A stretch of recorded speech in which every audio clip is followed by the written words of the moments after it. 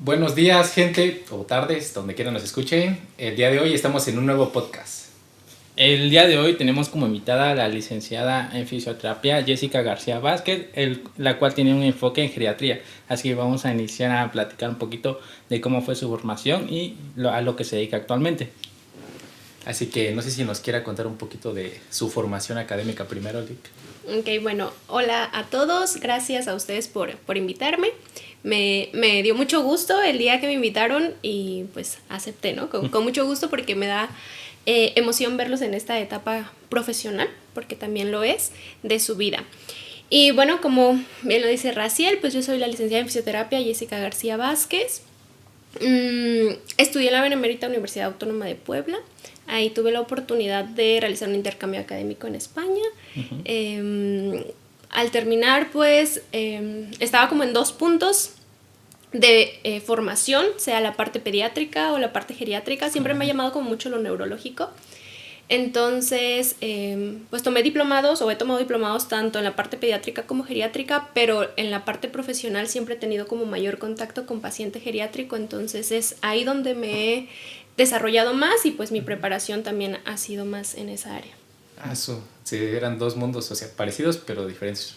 O muy chiquitos o muy grandes. Sí, los 2 picos de la vida. Sí. Bueno, Lick, antes de hablar de su formación, quisiéramos saber cómo fue que eligió fisioterapia, Lick. ¿Tiene una historia relacionada con un paciente o algo así? ¿O un familiar? De hecho, no, mi historia no es nada como inspiradora porque a diferencia de muchos casos en los que, pues mi abuelito se puso mal y tuve que ir a un fisio o yo tuve que ir a un fisio, yo desconocía completamente la fisioterapia, pero siempre dije que quería estudiar algo diferente a lo que todos estudian, ¿no? No sé, derecho, administración, psicología. Medicina o algo así. Ajá, algo diferente. Entonces, al principio quería estudiar relaciones internacionales para ser embajadora de México en otro país, pero cuando lo compartí con mis compañeros de bachillerato, como que también quisieron estudiar lo mismo y dije, no, yo quiero otra cosa diferente, y al final pues siempre mi elección era estudiar fuera de Oaxaca. Entonces me puse a investigar como en otras universidades fuera qué carreras tenían y ahí me apareció fisioterapia. Entonces leí como las materias que tenían específicamente de una universidad y pues como para mí era desconocido y eso ya tendrá más de 10 años, pues dije, esto es diferente, me llamó la atención y fue así. O sea, realmente cuando entré a la universidad yo tenía desconocimiento de que era un fisioterapeuta. Vale.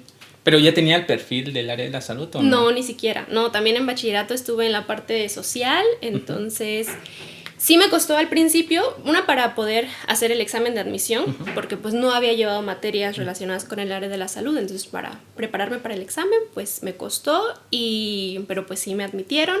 Y en los primeros semestres también, porque yo tenía compañeros que ya habían estado en enfermería o tomado como alguna otra formación, entonces anatomía sabían muchísimo y yo no, pero pues me dediqué a eso, a estudiar. Al final creo que salí mejor que mis compañeros, entonces no es una limitante el que no estés como en ese perfil en bachillerato. Sí, lo entiendo también perfectamente porque yo llevaba perfil de contador y poco? tampoco conocía nada ni del área de la salud. Yo manejaba todavía el torcedura, cómo quitar la sumida de la muñeca, pero sí es un poco complicado ese aspecto, ¿no? Pero después de, digamos, ya entrar en ambiente, ya poder conocer como un poquito más, ¿cómo fue su formación? ¿Qué materias fueron las que más le costaron en su formación? Que se acuerde, o al menos temas en específico que crea que le costaron mucho. Creo que al inicio fue, como en mi universidad, los primeros 2 años llevas las mismas materias que medicina, o sea, cosas como embriología, inmunología, estar en laboratorio, muy de médico, como que me costó, más que pasar las asignaturas, como aceptarlas, ¿no? Era como, yo no quise medicina, ¿por qué me están dando cosas en medicina? Y de hecho, justo en esos 2 años dije, pues mejor me voy a cambiar a medicina, porque pues ya llevo todo lo de ellos. Y fue hasta mi primer práctica, dije, me voy a cambiar, pero venía la primer práctica, el primer periodo de prácticas, y ahí fue cuando dije, no me cambio, porque ya me enamoró la fisio, pero creo que fue más eso, como esas materias que yo decía, no son de acá, y aún así las tenía que ver, y pues lo que les decía, ¿no? Al inicio como todas las anatomías, porque así como tú con las torceduras, pues yo no sabía cuántos huesos teníamos en el antebrazo, por ejemplo. Pero de ahí no se me dificultó tanto. Sí, órale. ¿Y qué tal vio la competitividad en los primeros años? Ya que dice que tuvo compañeros que ya llevaban esas materias, ¿no? Enfermeros, o los que ya se salieron de medicina y se pasaron a fisioterapia. ¿Cómo vio la relación con sus compañeros? Sí había compañeros muy, muy competitivos, ¿no? De yo sé más, quizá. Y luego aparte, pues, en mi universidad, pues, era una generación de 150 personas. O sea, éramos muchos grupos. Al final te mezclas con todos, entonces... sí, como que en mi primer grupo sí era como mucho de saber más o así, yo sé más que tú. Pero al final creo que, pues, la carrera, que es como muy humanitaria, pues... Eso, ¿no? También hicimos como esa relación entre toda la generación y más después que ser competencia era de apoyarnos. Qué bonito, la verdad.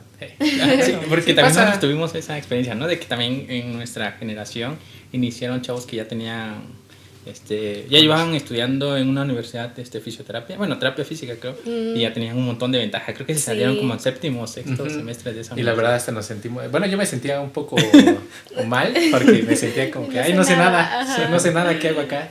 Sí. Pero sí en esa parte. Lo que mencionó de las prácticas, ¿se acuerda cuál fue más o menos sus primeros pacientes o dónde fue su primer lugar de prácticas? ¿Y qué fue lo que la enamoró de la fisioterapia? O sea, ¿qué momento fue que dijo, sí me quiero quedar, no me quiero cambiar a medicina?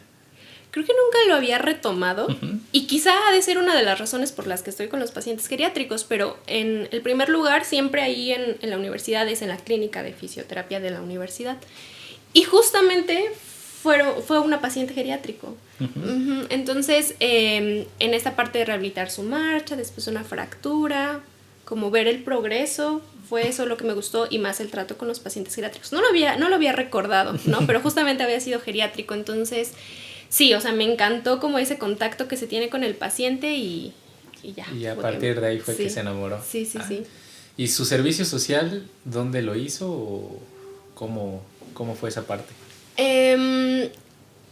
Tristemente, bueno, quizá para mí fue que la mayoría de mis prácticas fueron en la universidad de la escuela. Yo quería en otra parte, pero yo era foránea, entonces me convenía al final ser en la clínica de la escuela. Entonces nunca me tocó estar con paciente pediátrico, que era lo que yo quería. Entonces dije, pues tengo que hacer mi servicio en un lugar donde sea pediátrico. Y pensé en el CRIT de acá de Oaxaca. Como antes de terminar la carrera, el último semestre fue cuando me fui de prácticas, dije, pues es mucho gasto irme a España, pues ya cuando regrese mejor lo hago en Oaxaca. Entonces pues hice mi solicitud para entrar al CRIT y ahí fue donde lo hice. Entonces ahí tuve como también esa oportunidad de trabajar con el paciente pediátrico, que también me gusta mucho, pero al terminarlo pues la parte profesional, les digo, siempre ha sido como geriátrico. Sí, hace rato comentó que usted era como que fue una de las mejores en su generación, ¿no? Entonces sí fue muy aplicada en la universidad, ¿sí? Sí, me arrepiento. Me arrepiento porque, bueno, no me arrepiento por quizá la satisfacción.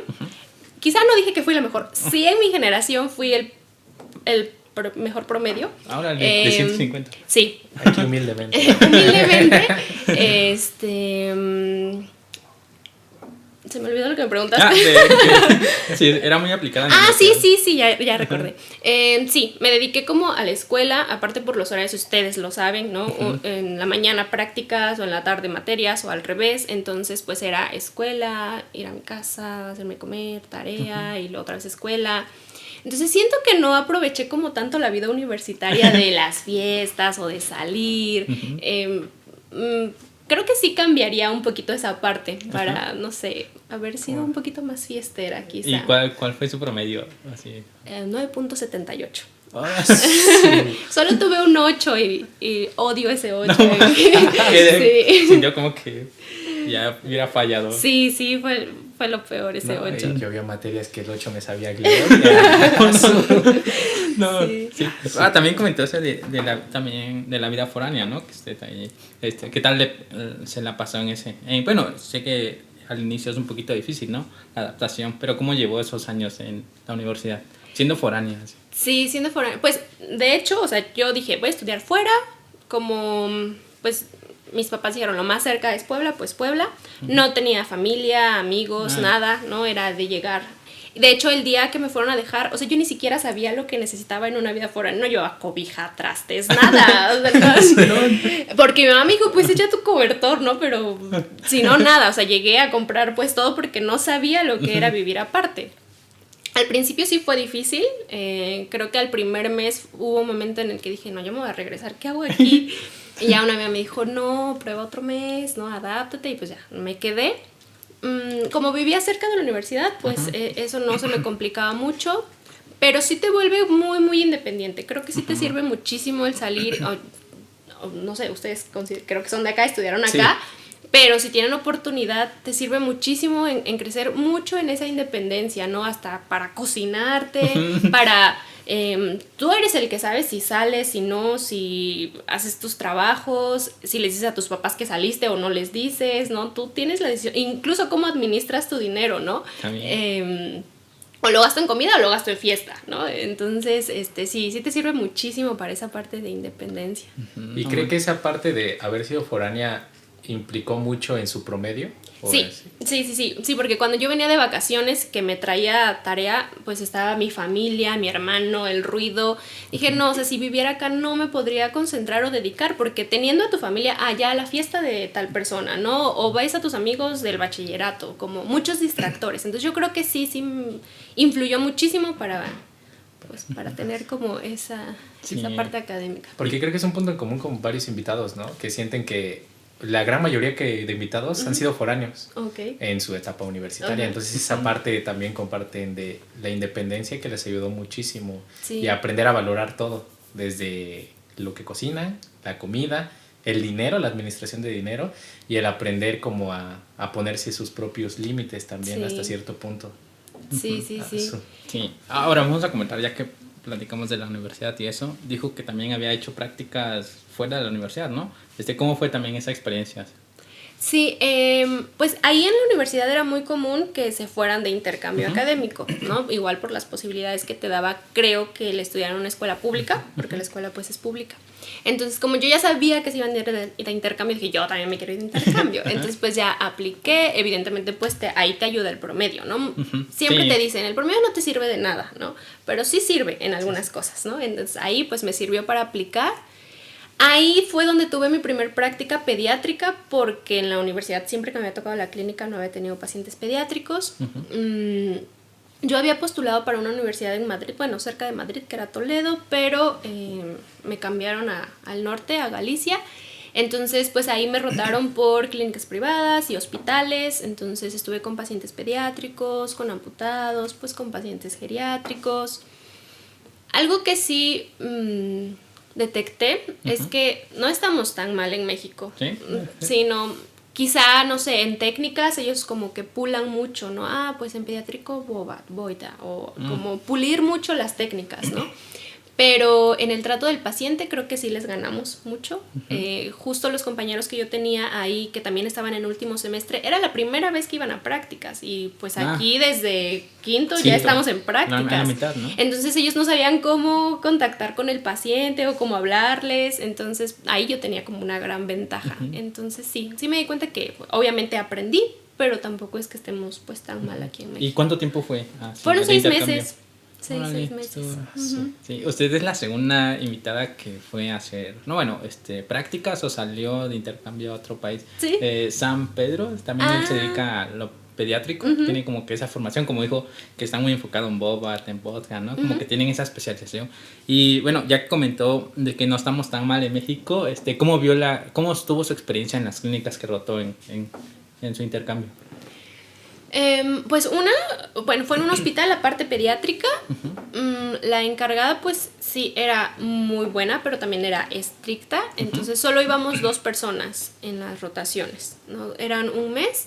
Y pues siento que era muy similar a los pacientes que se pueden ver en el CRIT. No sé si alguna vez tuvieron como alguna práctica o han ido. No solo como estimulación temprana, sino con ya patologías quizá adquiridas desde el nacimiento. Toda esta parte del neurodesarrollo, sí, era como muy estricta y todo tranquilo, ¿no? Los papás no podían entrar, a diferencia de que aquí en México se cuida como mucho de que siempre esté ahí, ¿no? El familiar no, ahí no. quizá lo cuidaba mucho la encargada. De ahí en el otro hospital donde estuve, les digo, era de pacientes amputados. Ahí en Galicia hacen vino. Entonces la encargada nos decía que ya ven que pues muchas de las amputaciones son frecuentes en pacientes diabéticos y luego con hipertensión. Entonces ella le echaba la culpa a que la gente pues consumía mucho vino y que era uno como de los factores de riesgo, por lo que bueno, aparte que se complicaban y ya tenían las amputaciones. Entonces la mayoría eran pues pacientes adultos.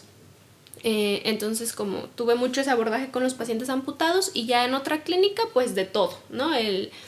Pacientes con lumbalgia, con alteraciones de hombro, variado, sí, pero pues todos fueron como muy, muy amables en la parte del seguimiento y en el aprendizaje, pues sí. Ahora, ¿y qué tal le pareció el área pediátrica? Porque también nosotros comentamos de que, bueno, en pediatría sí no es muy fuerte, no, la interacción con los niños no se me da, a ti tampoco, ¿verdad? ¿No? Entre más lejos de un niño, como paciente, pues, Ajá, como sí, paciente, sí. Bueno, pero también en la vida... No, es que en la vida no me cuesta tanto trabajo, pues, digamos, interactuar con un niño, pero como paciente sí me cuesta porque... para el seguimiento de indicaciones. Y sobre todo porque yo siento que necesito explicar muy bien y pues a un niño como que si le das muchas instrucciones, como que no te va a hacer caso, o bueno, no te hace caso, o eso me ha pasado y como que me bloqueo. Pues en mi experiencia, bueno, a mí sí me gusta mucho trabajar con niños.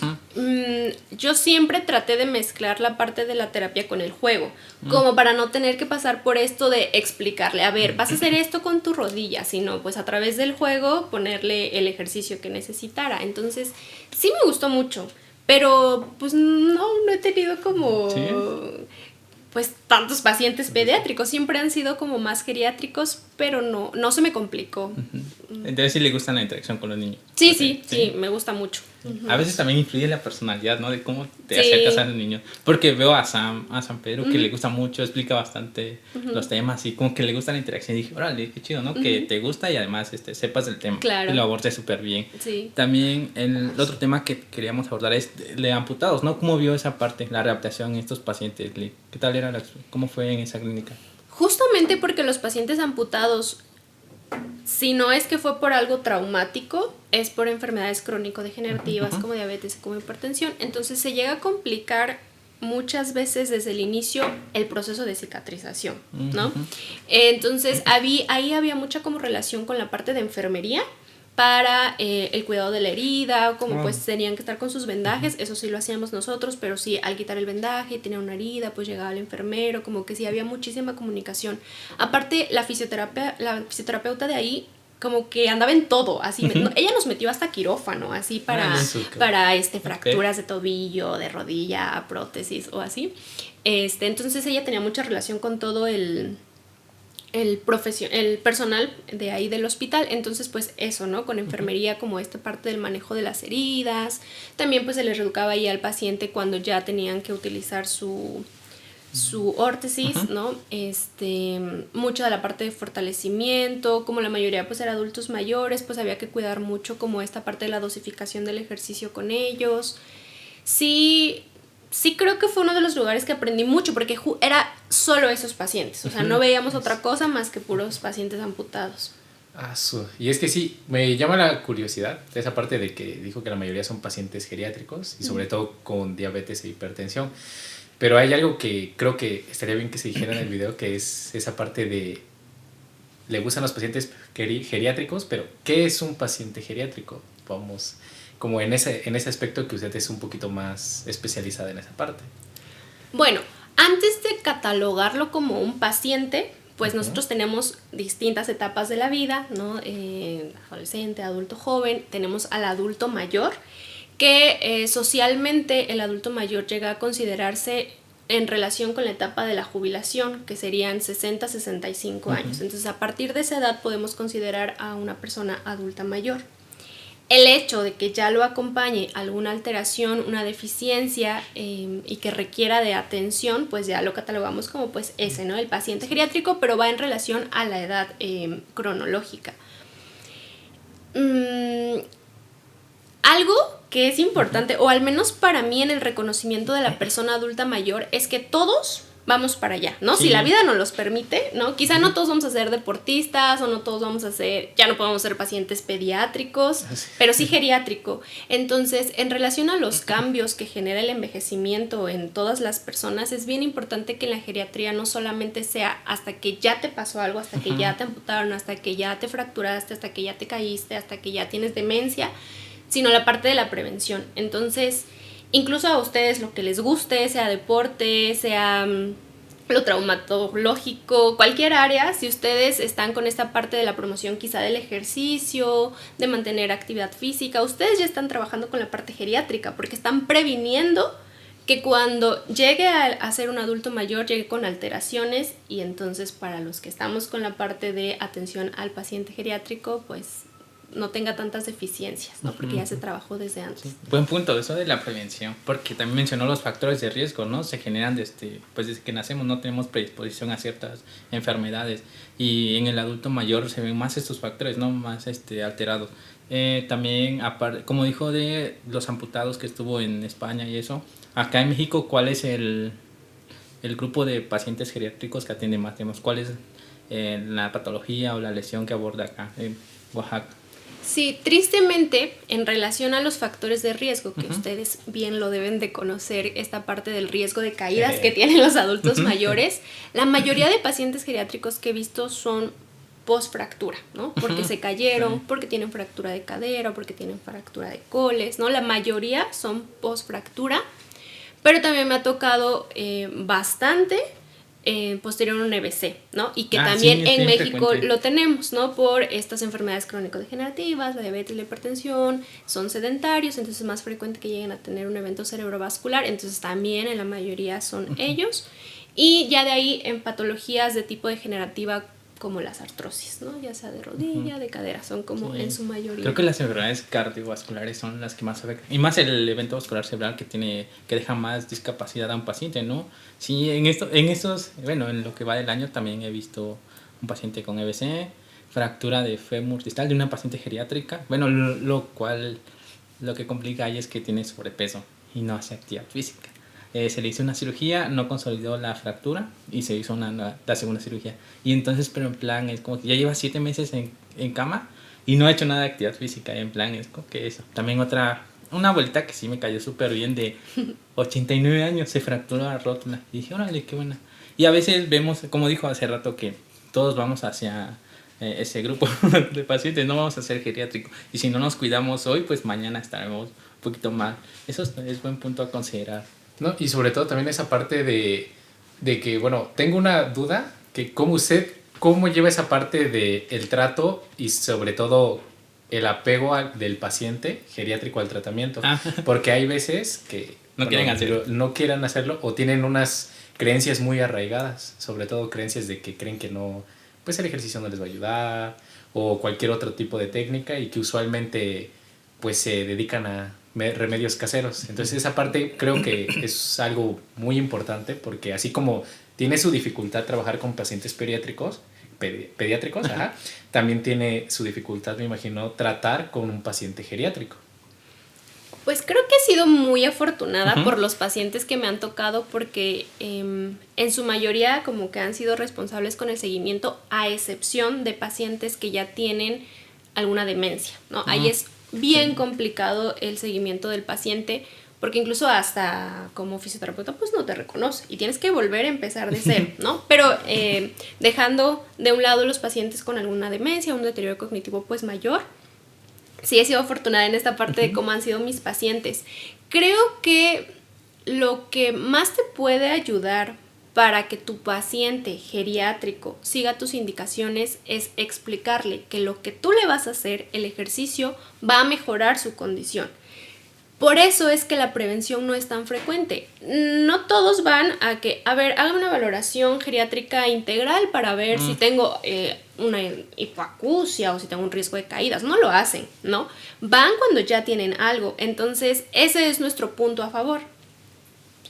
Tú quieres que te recuperes de eso, pues entonces debes de seguir esas indicaciones. Como esa relación en lo que yo te voy a hacer, a ti te va a ayudar. Entonces, eso ayuda mucho como en esta parte de la adaptación al ejercicio. Sí es cierto que pacientes, ahorita lo que mencionaba Raciel, ¿no? Cuando hay sobrepeso, cuando hay obesidad, estamos hablando de que seguramente ese paciente es sedentario y seguramente en muchos años no ha hecho ejercicio. Sí cuesta un poquito la parte de la adaptación al ejercicio en ejercicios en casa, porque no los va a hacer. Los va a hacer solo cuando tú vayas, porque si no, no lo hace.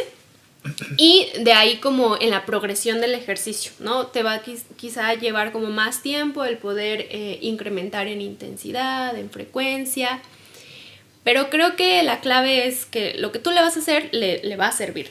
Creo que lo que me preguntabas aquí en esa parte como las ideas que tienen los adultos mayores, no podemos ir en contra de las ideas que tienen, ¿no? Sí, adaptarnos, ¿no? A eso. Sí, es mucho nuestro papel como fisioterapeuta, independientemente en el área en la que estemos, es la educación del paciente. Okay. Incluso una persona joven también va a tener sus ideas, ¿no? Sí. Entonces, creo que tenemos mucho tiempo para poder educar al paciente. Me refiero a mucho tiempo, quizá 1 hora de sesión con un paciente para educarlo, ¿no? Para explicarle cuál es el beneficio del ejercicio o lo que yo le estoy haciendo. Pero por eso siempre es importante explicar lo que estamos haciendo para que pues acepten lo que le estamos indicando.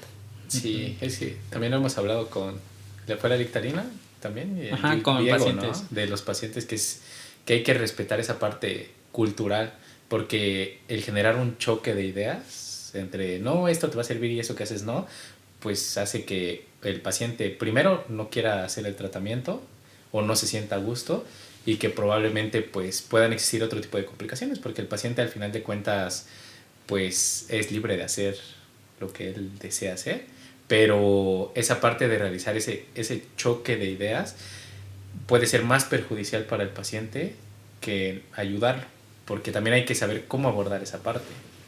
Entonces sí es algo que sí es un poco complicado. Es fácil decirlo, pero hay veces que te pueden llegar con unas ideas un poquito, que tal vez choques con ellas, que no estés de acuerdo, entonces se puede generar un debate y es como evitar esa parte. Hay como 2 puntos. Ahorita, por ejemplo, Raciel decía, ¿no? Una abuelita que me cayó muy bien.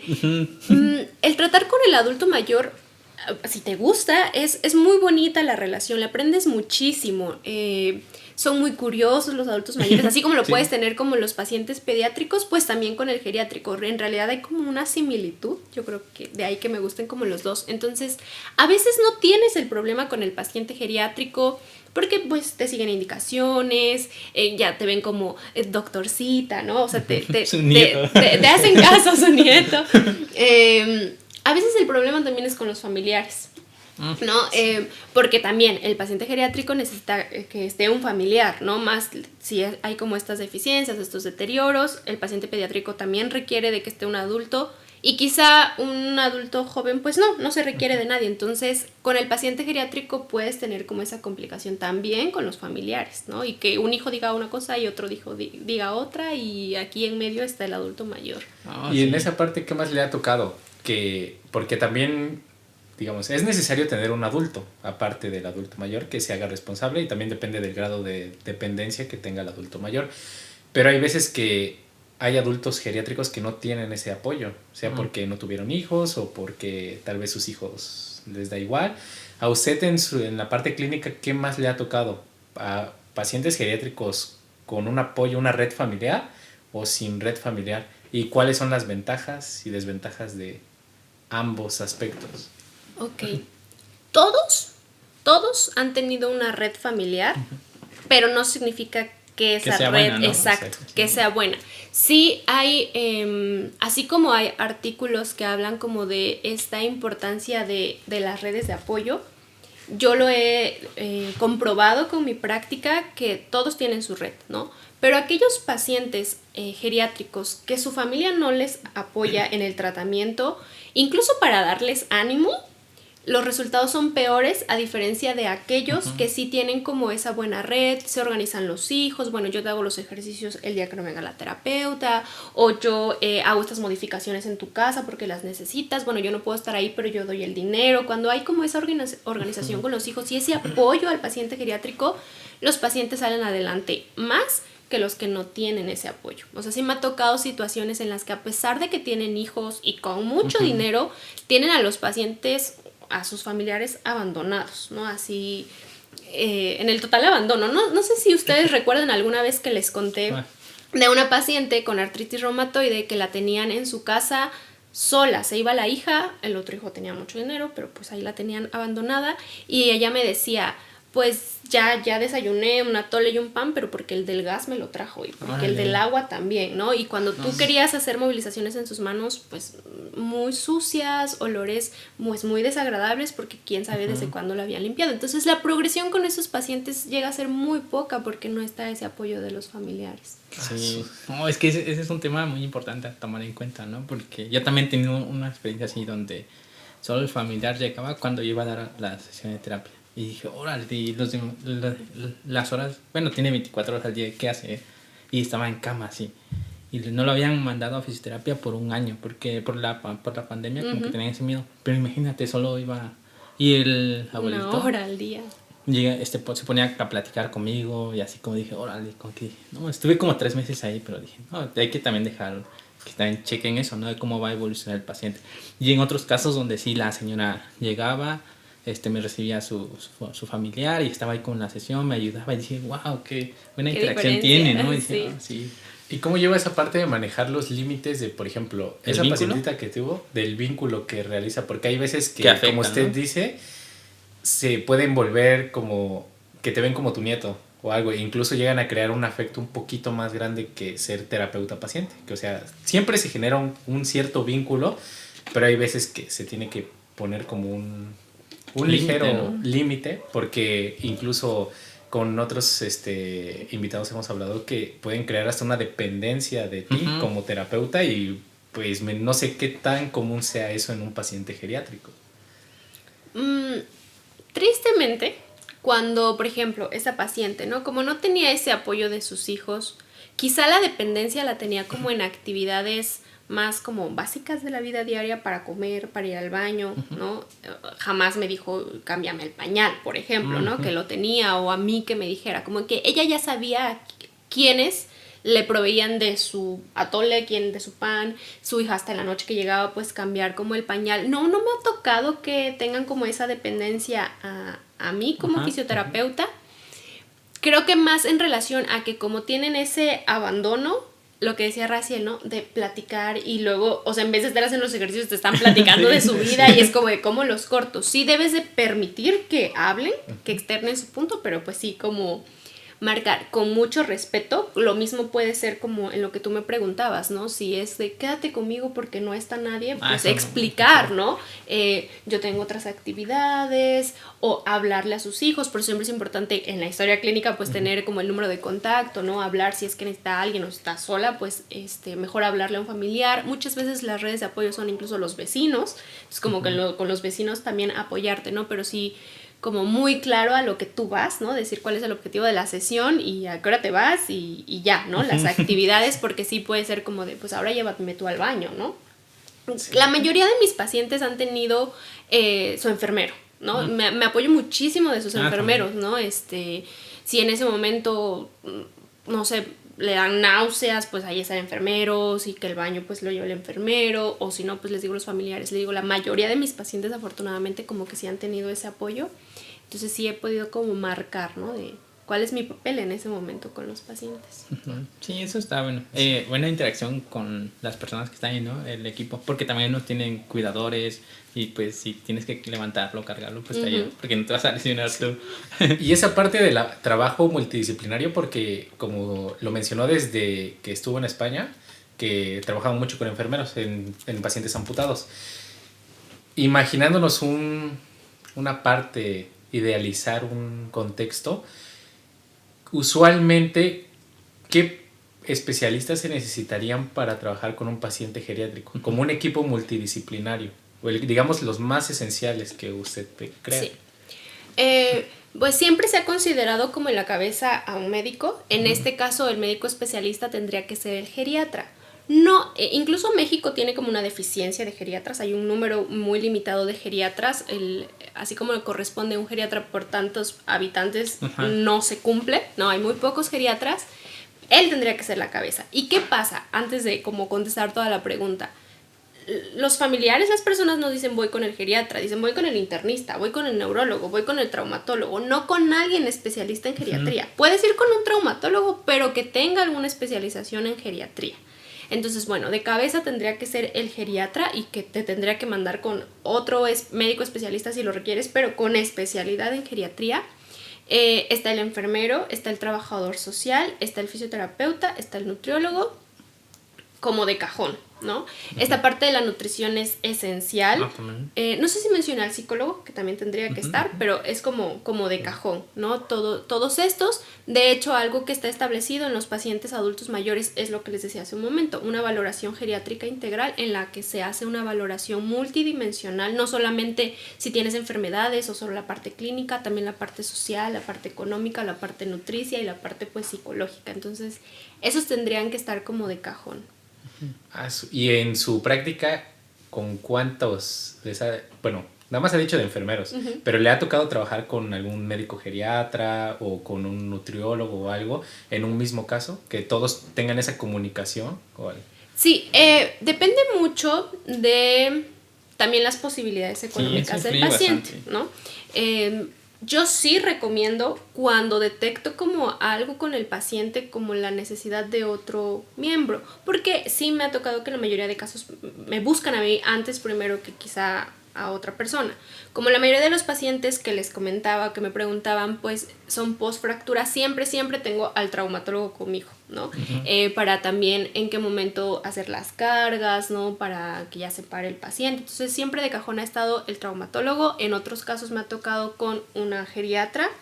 Siempre recomiendo a la parte del nutriólogo porque para lograr mis objetivos como el incremento de fuerza, para que me resista el ejercicio, como con esta parte del nutriólogo, pero es variado, no es que siempre estén ellos, ¿no? Con ciertos familiares o ciertos pacientes, pues solo el traumatólogo, con otros el nutriólogo, el enfermero, otros el geriatra, en otros, por ejemplo, en la mayoría de EBC, he trabajado con médicos en rehabilitación, con alguna especialidad en geriatría para estos pacientes.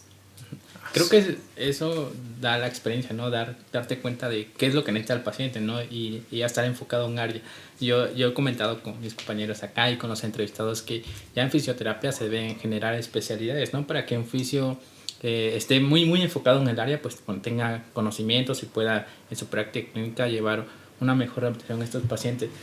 Y usted, digamos, ya que fue a España en sus prácticas, regresó, ¿cuáles, digamos, son los cursos que ha tomado, diplomados, para enfocarse en el área geriátrica? Bueno, he tomado diplomados en la parte de envejecimiento saludable, en residencias, en cuidadores, en prescripción del ejercicio del adulto mayor, en la utilización de agentes físicos, enfocados al adulto mayor. Estos, la mayoría los he tomado en el Instituto Nacional de Geriatría. De hecho, si a alguno de ustedes les gusta o a alguien que esté viendo les gusta, dan un montón de cursos, un montón de diplomados, el presencial, hay en línea. Entonces, como que sí te ayuda mucho como esta parte de capacitación. Pero, pues, también he tomado en esta parte pediátrica, ¿no? Sí, porque sí creo que eso fue más al inicio, ¿no? Toda esta parte pediátrica porque me gustaba mucho, pero pues no he tenido como ese contacto. Y como desde un inicio siempre me gustó la parte neurológica, creo que sí la puedo aplicar mucho con los pacientes pues geriátricos. Vale, está bien eso de que siempre ha tomado cursos, ¿no? Y ha tomado en cuenta lo de cuidados paliativos o algo así, ¿sí? De hecho, justamente ahorita que hablaban de su anterior invitada, la maestra Talina, me comentó de ahí de la maestría que ella tomó, creo que en la UAP. Ajá. Entonces sí me dijo, ¿no? Si a ti te gusta eso, porque alguna vez sí platicamos como de lo que a mí me gustaba, lo que a ella le gustaba, me dio como esa opción, ¿no? De entrar ahí, dije que pues la iba a considerar. Ahorita pues apliqué para otra, no para eso, pero ya les contaré si regreso aquí. Perfecto, aso. Pues no sé si tenga algo más que agregarle, algo más que quiera decir, algún consejo, algo, no sé. Sí, un consejo para los fisioterapeutas, bueno, que están iniciando en la universidad o quieran dedicarse al área geriátrica. Un consejo, pues creo que mantener como esa capacitación continua, no necesariamente con una certificación, un curso, porque a veces ni siquiera sabemos cómo esa validez de esas certificaciones o cursos, pero sí mantenerte como actualizado, ¿no? Con artículos de investigación, desde saber el proceso del envejecimiento, por qué envejecemos, qué cambios son normales del envejecimiento, porque siempre hay como esta relación negativa de que el envejecimiento es enfermedad. No, hay que determinar qué es normal, tienes que conocer todo eso y pues de ahí profundizar en todos los sistemas y todas las alteraciones que pueden generar. Entonces creo que si te gusta eso, pues profundizar en el estudio y en el conocimiento del tema. Perfectísimo. Bueno, esta vez no les vamos a dejar ninguna red social, no hay redes sociales, no hay nada, pero pues agradecemos mucho que haya aceptado nuestra invitación y esperamos, depende de lo que nos comentó, que en un futuro pueda volver a estar en otro episodio, pero ya hablando de algún tema en específico, sobre todo en pacientes geriátricos, como puede ser prevención de caídas, que creo que es algo de lo que más comúnmente se habla, o alguna otra patología o cualquier tipo de situación que lleve a un adulto geriátrico. Sí, igual nos faltó un poco la parte de la docencia, ¿no? Podemos abordarlo en otro episodio. Creo que nos faltó mucho. Faltó bastante. Me parece que se va muy rápido la plática. Va a haber un segundo episodio. Un segundo episodio. Entonces con eso terminamos el capítulo de hoy y nos vemos en un próximo. Chao.